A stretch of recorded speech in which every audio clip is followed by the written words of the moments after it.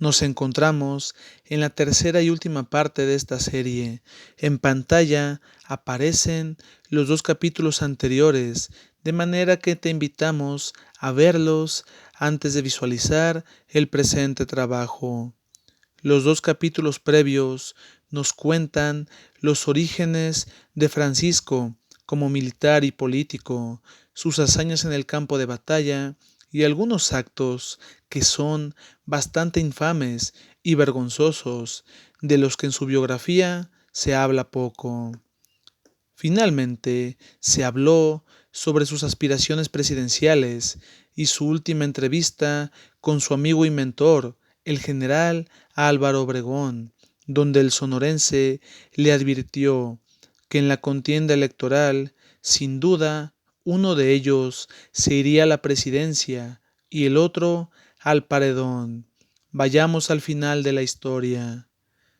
La campaña presidencial de Francisco fue amarga, sin ningún brillo, a diferencia de la de Obregón, la cual fue apoyada por gran parte de la clase militar y política, de manera que Francisco decidió construir una verdadera figura de candidato, sabiendo que Obregón no solo era muy popular, sino que ya había sido presidente y su gobierno había tenido pocos escándalos.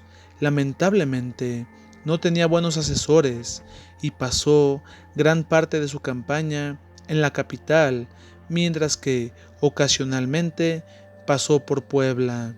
Fue en ese tiempo que Pancho se enteró de que el general Arnulfo Gómez también se mostró inconforme con Calles y la segunda candidatura de Obregón. La diferencia fue que Gómez estaba completamente convencido de que no había ninguna vía política o diplomática para frenar aquello, sino que las armas eran el único medio para poner fin a ese nuevo intento de porfiriato. Después de algunos días se volvió a saber que Gómez había declarado que Obregón y Calles eran políticos convenencieros y buscaban llevar al pueblo a una nueva lucha, lo que él y su gente impedirían.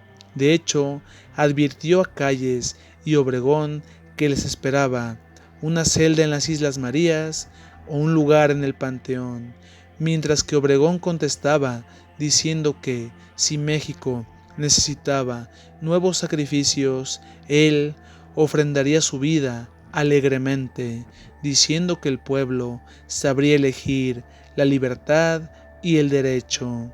Después, Gómez dijo que Obregón era un nuevo Antonio López de Santa Anna y que Álvaro vendería la soberanía con tal de obtener esa silla de la que buscaba apoderarse a toda costa.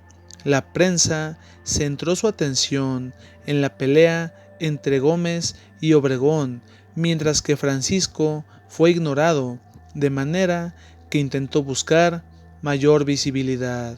Visitó al presidente Calles, exigiéndole que desconociera la candidatura de Obregón, debido a que era una gran falta a la Constitución y a la lucha que ellos mismos habían librado años antes. Fue que Obregón se enteró y dijo que Francisco acudía al presidente intentando ocultarse tras él, debido a que no tenía la capacidad de librar sus propias peleas. Fue así que Francisco y Arnulfo Gómez hicieron causa común, diciendo que defenderían la soberanía nacional. Su plan era sublevarse y capturar a Obregón y Calles. Después simplemente los fusilarían. Lamentablemente, su conspiración fue descubierta.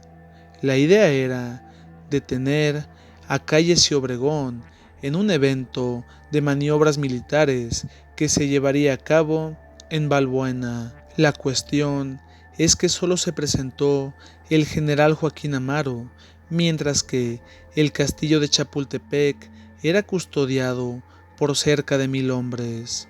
Durante la mañana del 3 de octubre, Francisco y sus colaboradores más cercanos fueron capturados en Cuernavaca. De ahí los llevarían a la capital, donde serían juzgados. Después, el presidente Plutarco Elías Calles envió al general Claudio Fox al encuentro de los prisioneros. Fue acompañado por 50 soldados, los cuales se trasladaron en automóviles particulares. Sí, se trata del mismo Claudio Fox, cuya esposa había tenido un noviazgo con Pancho años antes, y cuando Claudio lo desafió, Francisco se burló de él, sabiendo que Obregón y Calles lo protegerían en aquel entonces. Mientras viajaba al encuentro de los presos, Fox leyó un telegrama donde el propio Calles le decía que de camino a la capital debía pasar por las armas a los traidores. Finalmente, los vehículos que llevaban a los golpistas y los que conducían a Fox y sus hombres se encontraron en Huitzilac. Francisco se alteró al ver a Claudio, mientras que éste se mostraba satisfecho, aunque no le dirigió la palabra inicialmente. Los dos hombres se encontraron. Fue que Pancho le preguntó por Obregón, a lo que Claudio contestó que no sabía. Luego le preguntó qué pasaba en México, y Claudio le dijo: «Mira, Pancho, yo no soy político». Después, Francisco preguntó sobre lo que pasaría con ellos, a lo que Claudio le dijo que irían a México. Sin más, las manos de los prisioneros fueron atadas con cables. Mientras aquello sucedía, Obregón y Calles esperaban noticias en la capital, lo que después sería llamado la noche fúnebre de Chapultepec.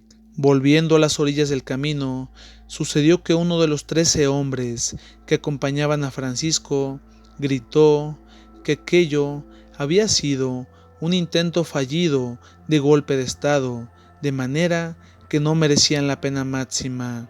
Fox y el capitán de caballería estallaron a carcajadas. Luego se despidió de ellos, encargando a la escolta que se ocuparan de los señores. Después empezó a caminar y a sus espaldas se escucharon varias detonaciones. Los soldados sujetaron a Francisco y comenzaron a golpearlo con la culata de los fusiles. Le fragmentaron los dientes y le causaron heridas en la cara, mientras que cada impacto le dañaba severamente el cráneo. Después lo lanzaron al piso y comenzaron a patearlo. Finalmente abrieron fuego, acabando con él. Varios de sus hombres intentaron escapar y fueron abatidos por la espalda. Después, uno de los hombres de Claudio Fox le hizo entrega de un fajo de billetes que Francisco llevaba consigo. Se trataba de 20,000 pesos, los cuales se quedó el general y gastaría cómodamente días después. Más adelante, Obregón leyó un telegrama donde se le informaba de lo sucedido. Fue que se levantó de la mesa y dijo que aquella lucha ya estaba perdida, agregando que quien se vestía de luces y entraba a la plaza todos los domingos se exponía a la cornada del toro. No pasaría mucho para que, en el sótano del castillo de Chapultepec, los cuerpos de los supuestos traidores fuesen colocados sobre planchas de cantera. De modo que Obregón se acercó al cuerpo de Pancho y le quitó la sábana blanca que lo cubría, observando detenidamente a un hombre desfigurado, el cual había sido su amigo, su hijo adoptivo y también un pariente cercano, aunque no se habla mucho de esto.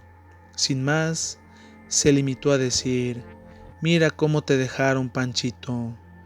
Lo que Obregón no sabía era que él también tenía los días contados y que poco después acabarían con él en circunstancias poco claras, siendo Plutarco Elías Calles el principal beneficiario de aquellos sucesos, a causa de que una vez que acabó con Francisco y su gente, no le puso fin a los enemigos de Obregón, sino a los suyos, mientras que Arnulfo Gómez también desaparecería semanas después, la cual es una historia de la que hablaremos próximamente.